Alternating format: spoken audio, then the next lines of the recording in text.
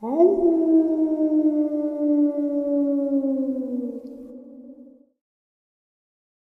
and salutations, everyone. I do hope everyone is doing well, and welcome to, depending on wherever you may live or however you choose to read your clock, this early morning, middle of the night bonus upload. Before we jump into it, a couple quick links. As many of you know, I rely on Patreon, PayPal, channel membership, and the merch to help the channel to continue to grow and go. Links to Patreon, PayPal, and channel membership is in the description below. Merch displayed directly under the video. Also, Dogman Frightening Encounters, Volume 1 through 3, the audiobook versions. They were written and researched by Tom Lyons, narrated and produced by me, Jeff Nadolny. Those audiobooks are available on Audible, Amazon, and iTunes, links to which are also in the description as well.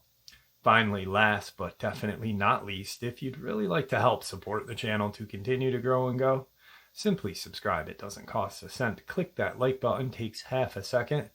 If you don't want to miss out on any of the informative uploads that I put out daily, click the bell icon. And folks, please leave a comment and share the video. Why?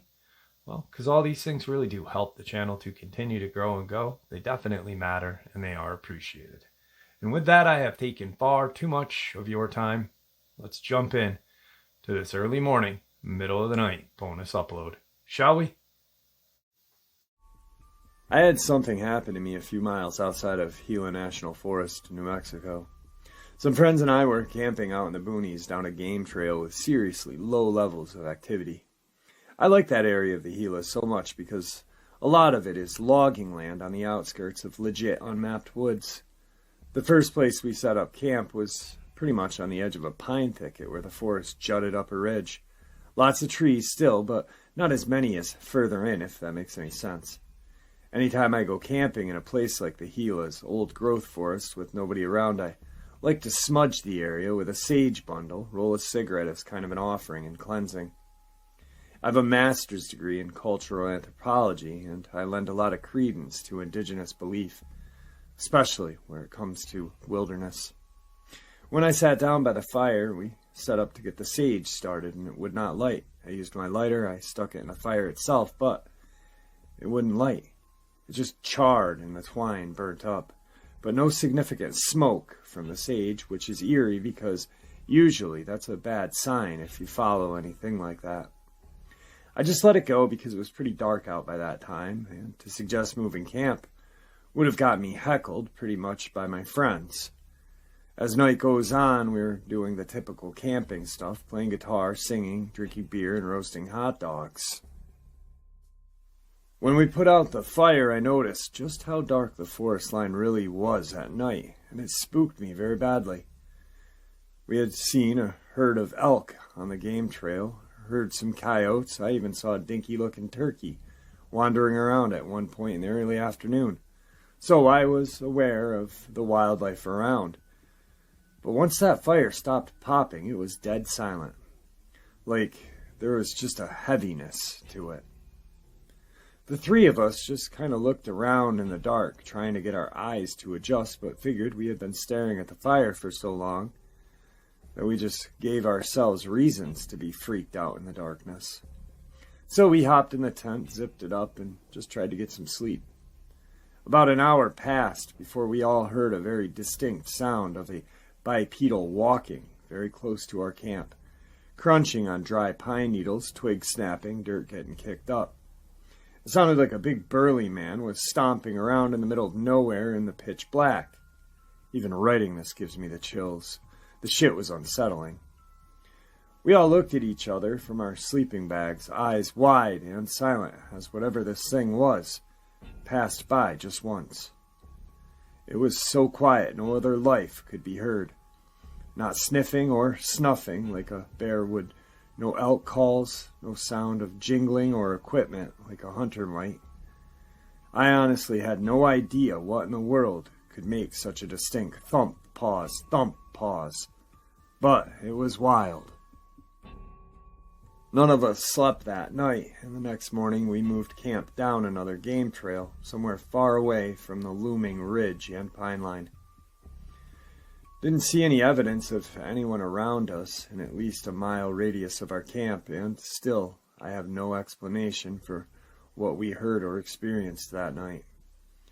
As a side note, at the next place, we set up my sage bundle, lit it, and it burned its white milky smoke. This incident occurred in 2007 in the wilderness of Gila National Forest in New Mexico. I'm from New Mexico, and I was raised in Roswell, so this area I have visited several times prior with no issue. On this trip, I was with a group of about 10 people. We were 2 days into our trek with several more to go. For those who are not familiar with Gila, it is a stunningly beautiful area with trails that follow a winding river that curves through a canyon. There are high cliff sides jutting up hundreds of feet through some parts of the canyon and dense brush. Overall, it's very isolated and has an odd vibe to it in certain places. I've always associated that with the fact that it's an area with ancient Native American history, dating back at least 9600 BC, that I know of, or maybe even further. Lots of crazy stuff has happened there over the years, to be for sure. It has a compelling history. On this particular night, we camped in an area where the river makes a U-shape as it wraps through the canyon. It was a fun day. I even had managed to catch some trout that I ate for dinner. Right around dusk, I needed to relieve myself, so I wandered away from camp into what I would describe as a ravine or a arroyo, where the floodwaters drain into the river. There was dense brush and high-sloped banks on either side. All in all, it seemed a good place to go and do my business at the time. I made my way up the ravine, and thinking back on it, I walked an unreasonable distance from the camp, which I found strange, as if I kept walking almost absent-mindedly, or was drawn further in, which is not my norm. As a preface, there is something I think many here are familiar with that is known as the silence. Typically, this phenomenon occurs in nature when there is a large predator in the area. Anyway, I noticed this eerie quietness, and I knew that something was very wrong. When I say quiet, I mean the silence is deafening, if that makes sense. By this time, it's nearly completely dark, and I'm out of earshot of my camp. Alarm bells instantly started blaring in my head and gut. My hair stood on end. I noticed a strange change in my perception, likely caused by the twilight phase change, but the light around me seemed to become shrouded in a shadow quite suddenly. It was almost like someone had one of those sliding dimming switches for a light bulb. You know that feeling you get when you're sitting somewhere in public and just feel like someone is looking at you. That's what happened, suddenly and intensely. A few moments later, I heard a loud and distinct crack and odd rustling from about 30 feet away. Above me, in a bush, it sounded like a person walking where no person should be. It sounded like human footsteps cracking twigs. I was petrified to make a move, but finished my business and stood as confidently as I could muster facing the direction of the sound. I was unarmed, and knowing what I know about predators, I didn't want to make myself appear any more vulnerable than I already was. I had encounters with bears, mountain lions, but this felt so much different. I didn't have the high ground figuratively and literally. I called out loudly, "Hello!" A few seconds passed, and the rustling continued in the distance, then just silence. With no response back after a few moments at this point, I felt beyond vulnerable and terrified, unreasonably terrified. In hindsight, and after researching, I often wonder if infrasound played a role.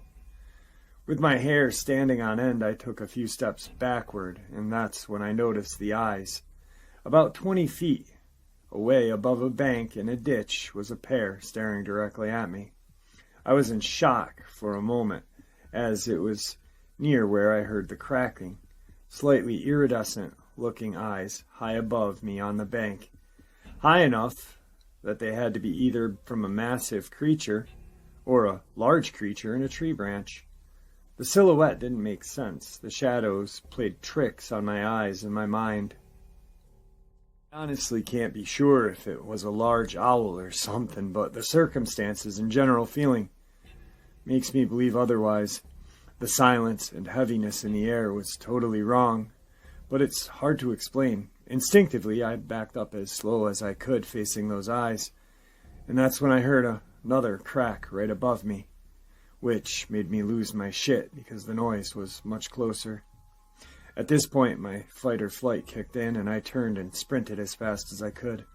Breathless, I made it back to the camp where I told my friends I thought there was a possible large predator in the area, and we should make sure our bear bags are up and take precaution. Thinking back on it, it could have been a mountain lion or a bear. Honestly, who knows? One thing I do know for certain is that I felt like I was in absolute danger, and all my alarm bells were screaming, "Get the hell out of there." It still freaks me out all these years later. The shade of that memory is always in the back of my mind whenever I'm in the woods alone. All in all, I'm just glad I'm not another backwoods missing person statistic. And I am too, my friend, and I am too. A couple of things that I honestly, his instincts were definitely right. I, for one, do not feel like this was it was definitely a large predator, but one that he was not thinking of. Well, he was probably thinking of it, but I don't think he wanted to mention it because I think then it would have made it more real for him. He's already had contact throughout his years with bears, mountain lions, etc. And like he said, there was a silhouette that did not make sense. So he obviously knew that it was not a bear, that it was not a mountain lion, that it was not a large owl. And yes, in that area, the Mexican spotted owl, which is one of the largest owls in North America, calls home. But I really honestly think that his gut was telling him, hey, I need to get out of here. And like he said at the end, like he or she said at the end, excuse me, I'm just glad I'm not another backwoods missing person statistic. You know, that sentence right there should go along with all of the missing 411s. And I really, really think that people who are involved in these missing 411 programs should really look into the cryptid portion of it a little bit more. I know I have started doing some investigative looking into it. I honestly think about 40% of the missing 411 is cryptid, and then probably another 40 possibly interdimensional or alien or extraterrestrial. I hate that word, alien, extraterrestrial. Then maybe 20% human creepos. So I don't know. That's just my theory and my belief. So take it how you want it, and if you don't like it, throw it away. You know, that's what I do when I hear things that I don't really think that fits in, or if it really doesn't fit in but makes a little sense, I keep it. I don't throw everything away that doesn't make sense to me. I'd like to sometimes. But anyway, moving on. Today's second encounter is a encounter that I did cover as well about a month and a half, 2 months ago. There is, at the end, added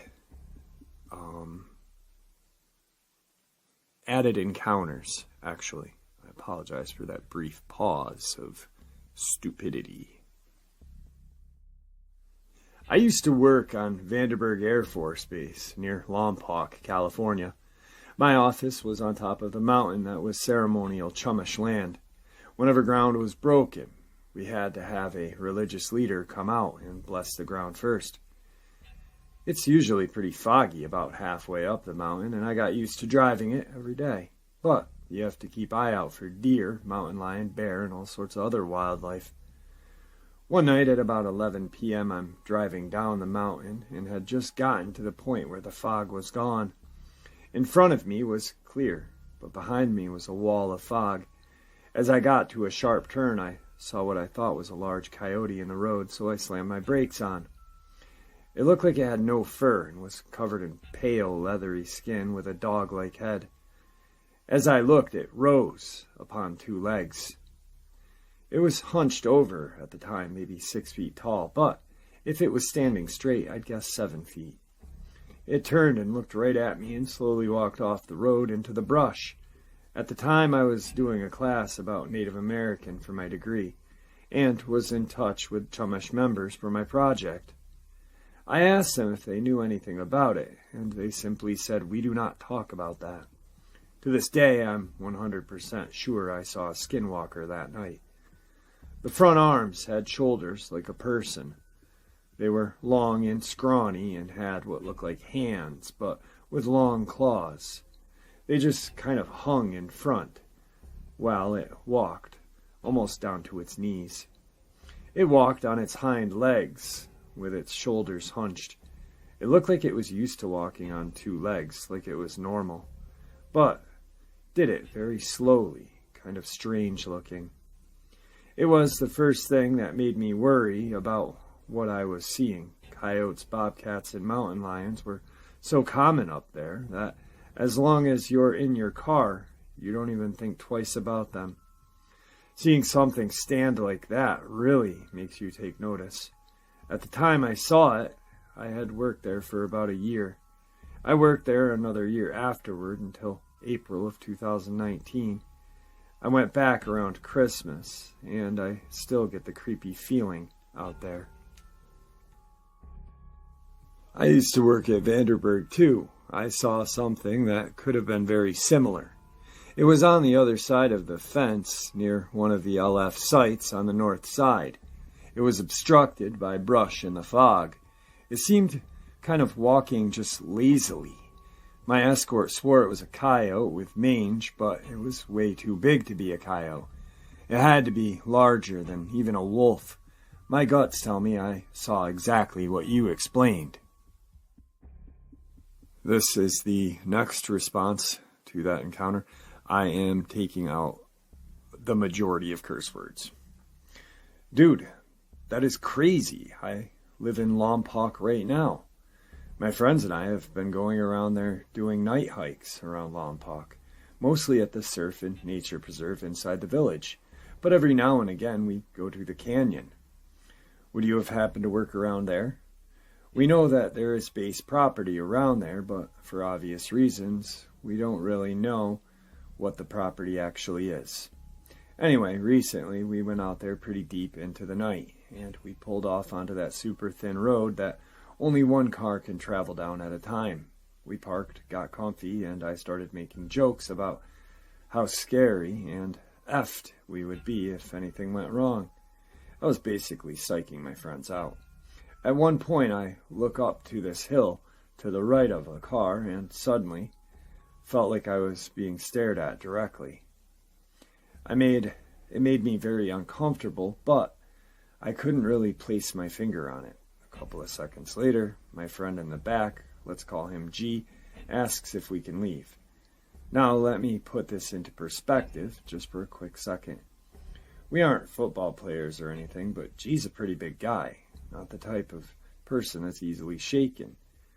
But when he asked if we could leave, I could hear the uneasiness in his voice. The driver, C, started the car and we immediately pulled a 3-point turn and drove off. On the way back, G made a joke about how we're really psyched ourselves out because he was super creeped out back there.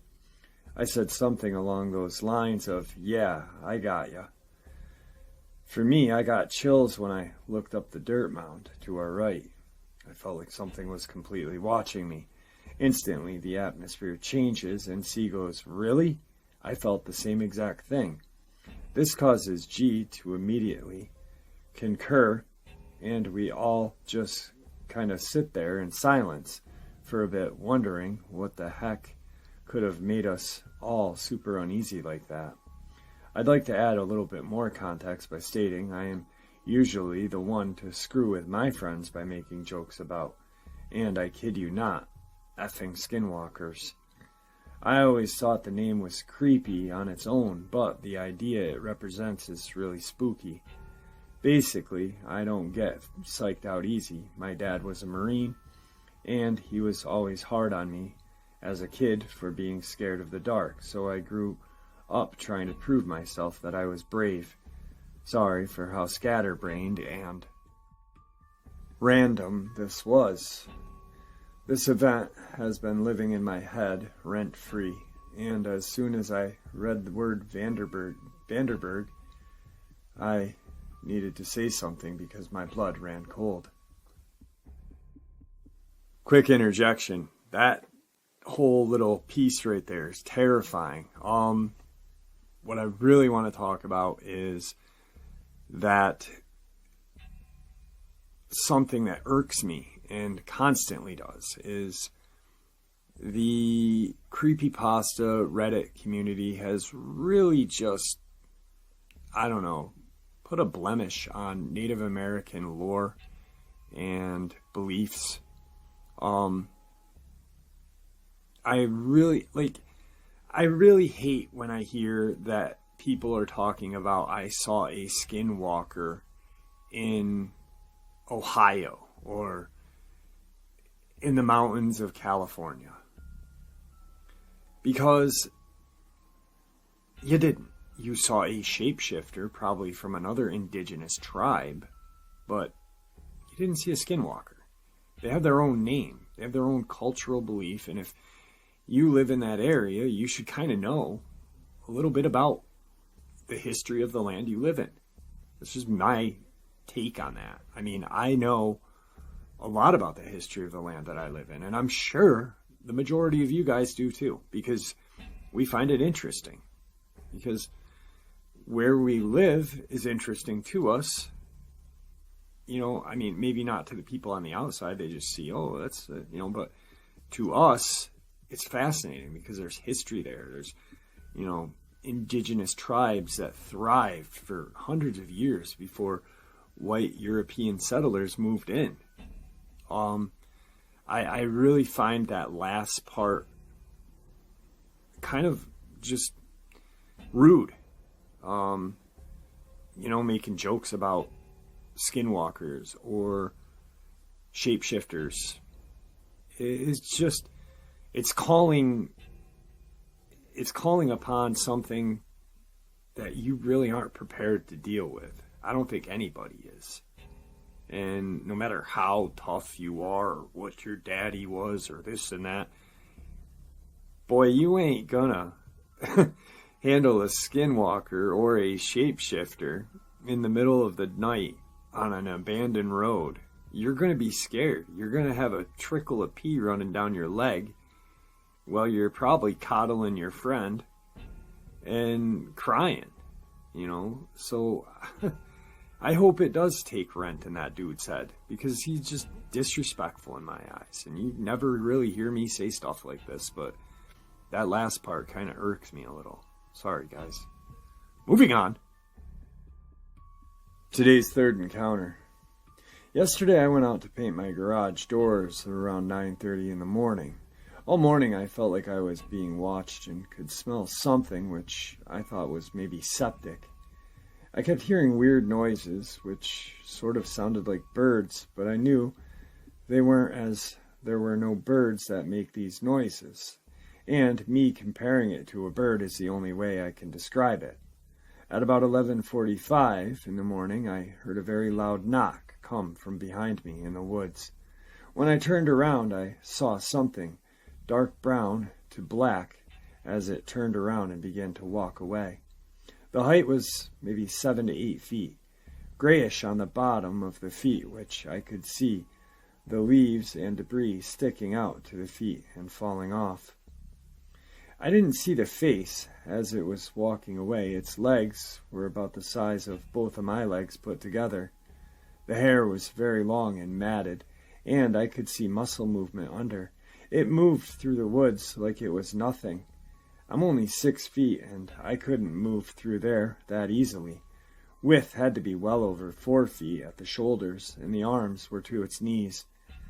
This walked like nothing I had ever seen before. I feel like it wanted me to see it. Couldn't tell its gender. By the time I snapped out of what I had seen, it was gone, and having paint on my hands, I couldn't get my camera.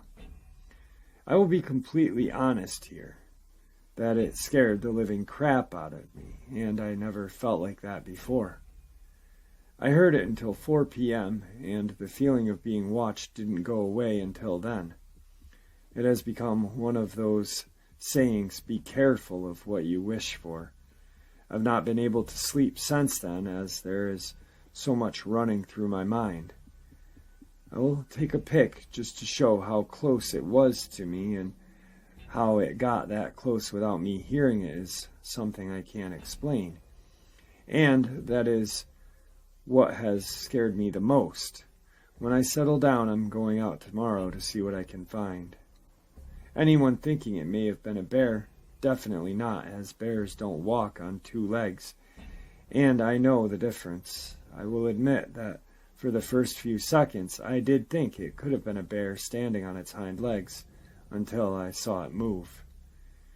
In a lot of ways, I wish it had been a bear, as that is a little easier for me to swallow. All right, folks, there you have it. I hope you all enjoyed this early morning, middle of the night bonus as much as I enjoyed sharing it with you, and I'd like to thank you all for supporting the channel. It is, after all, your support that helps this channel to continue to grow and go, and what gives us all a place and a chance to share our experiences judgment-free. Please, everyone, stay safe, happy, healthy, and ever vigilant, keeping an eye on our children, pets, family, and our friends. These creatures are real. These events have happened. Share this with the people you love and care about, and it may just help save their lives someday. Until next time, never stop asking questions, never stop searching for the truth, and God bless you all.